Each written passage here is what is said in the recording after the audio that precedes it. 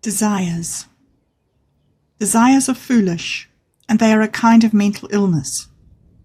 Not a serious mental illness that's necessarily violent or scary in any way, but an illness nonetheless. You will live forever. You will never die. Your body will, of course, but you are not your body. The ego, believing that it's right and that it knows best, defiant, stubborn, and set in its ways, always sets off to prove God wrong. So people incarnate. To believe that you can see something that isn't there is delusional. To believe that something's true when it isn't true is equally delusional. The ego wants to make a world in its own image in order to protect its self-concept, in order to justify its own existence, its own necessity. The ego will think to itself, I am the best, I am above all others, no one is my equal. It will try to make a world where it doesn't have to forgive, where it can hold on to resentment forever and never die. It will try, it will certainly try, but from the day of its conception, it is doomed to die. The death of the body and the death of the ego, both are foregone conclusions. Fight, cry, barter, argue, the death of the body and the ego are inevitable. There are 3 phases that are frightening, 4 that the ego doesn't like. Death is inevitable, resistance is futile, the unrepentant are in hell, and you should forgive. Desires are different from preferences in that, while preferences are merely understandable differences in opinion, desires are deep-seated emotions that can drive people to unwholesome or depraved ends. Desires are not healthy because they come from a place within a person where that person feels like they lack something within themselves, and so they need to look outside of themselves in order to fill some kind of void within themselves. This is neither true nor necessary. Forgive. Treat others how you'd like to be treated. Focus more upon giving and less upon taking. Do not cling to possessions. Do not crave what is unwholesome, and all will be well for you. Clinging and craving are the 2 unwholesome roots. From these 2 roots come all vice and viciousness. Abandon desire. Be content with the gift of eternal life, and all will be well for you.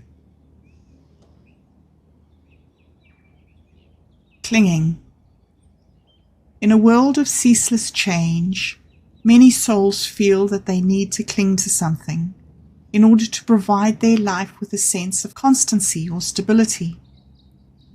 For many, being able to cling to something, to depend on something, can give them comfort, even if, ultimately, whatever they've become attached to may be nothing more than a crutch that holds them back from achieving their full potential or true fulfillment. Some people may cling to people, others to views, doctrines, or possessions. Just because something's comfortable, that doesn't mean that that's what's best for you. Take junk food, for example. It's designed to be addictive, and so many people become addicted to it. Like a codependent relationship, if someone doesn't get their high, if they don't get their fix to satisfy that conditioned addiction, they can go into withdrawal. Habits are a powerful form of self-hypnosis, and when combined with a strong identification like, I am a good person, I am a believer or I am a plumber, the habits of a person's life can truly convince them that that is who, what, and all they are. Once convinced of the story that they tell themselves, they may then even fight to defend that self-concept. There is no conflict in the world, but at the root of which is the question, who am I? Endless philosophies have been concocted trying to answer this question, but philosophers are often deliberately prolix in order to appear wise. In truth, they overcomplicate the question. You are you. You are unique. But you are not entitled to special treatment. You are as God created you, but God doesn't play favorites. You are a child of God, and you may be holy or wicked as you wish. The wicked will suffer from an unhappy life. The holy will receive God's many immeasurable blessings. You are not your body. You are not your self-concept. You are not your mind, nor need you even be an ego. You're just you. Let that be enough for you. Words may not always be helpful, but let these words comfort you. To cling to any thought like, I am this or I am that, is to confuse the role that the world would have you play for the role that God has created you for. In order to fill the role that God would have you fill, you must understand who and what you are. There are many occupations in the world. Some exist to waste time, and others exist to interact with the body or mind in various ways.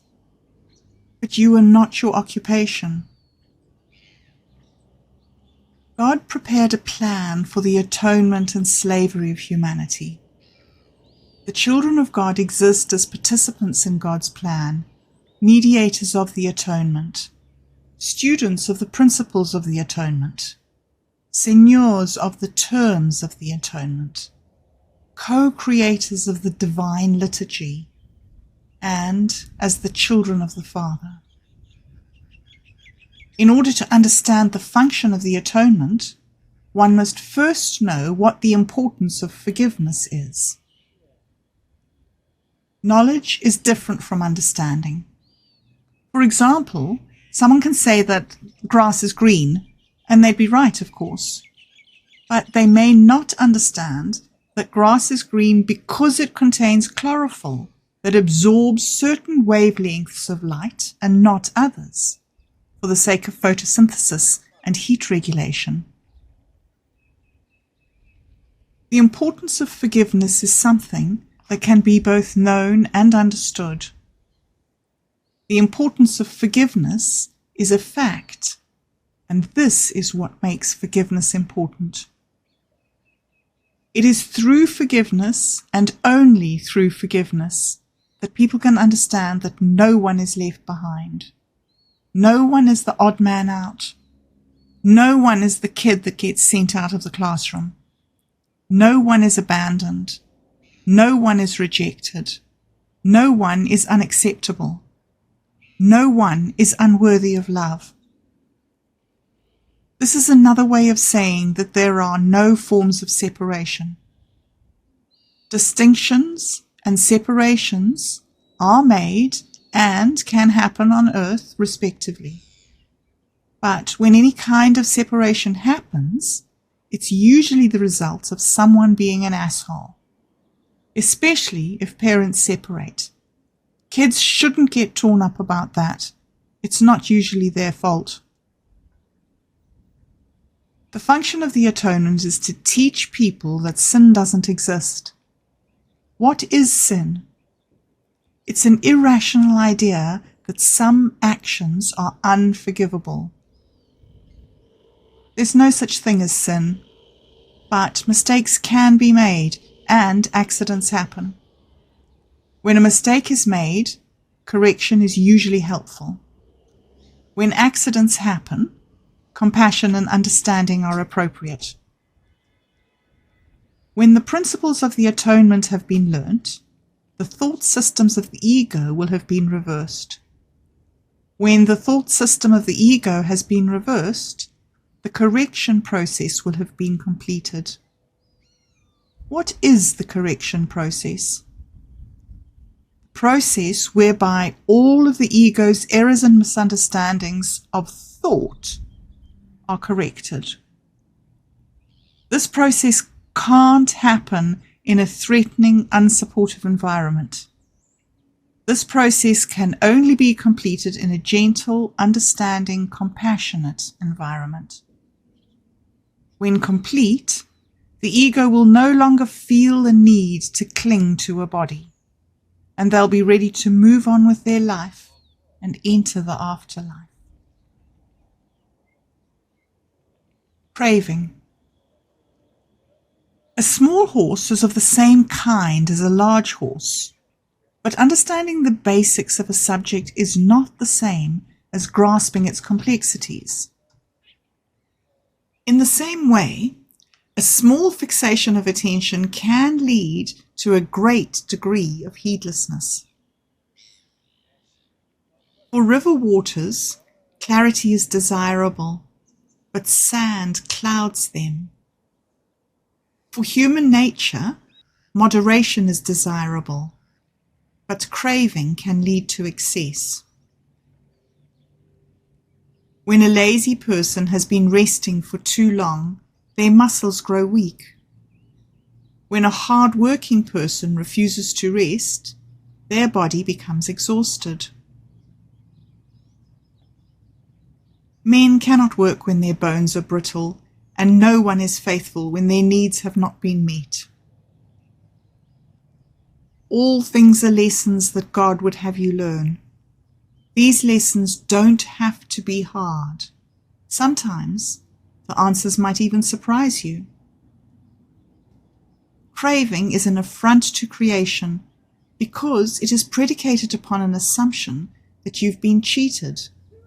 God is neither wicked, depraved, nor sadistic. Yet who is surprised when someone gets treated the way they treat others? The wicked man is desirous for his own gain. All day long he craves and craves, but the righteous gives and does not hold back.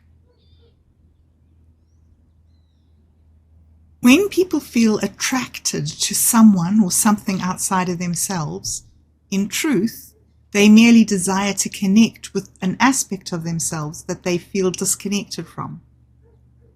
When people feel attracted to someone or something outside of themselves, in truth, they want to become the person that they envy or admire. This is called the essence of craving. Be not envious of wicked men, nor desire to cast your lot amongst them. The desires of the righteous are met with gain, but the plans of the wicked with frustration. When good sense overpowers personal desire, success is found. When personal desire overpowers common sense, failure is met. When the mind desires or grieves, accepts or rejects, it is in bondage. When the mind is neither desirous for gain nor distressed by loss, it is free. Ever desireless, one can grasp the mystery. Ever desiring, all one will see are the manifestations of form. Like a leaf in the wind, a desireless one is untethered, empty, and free.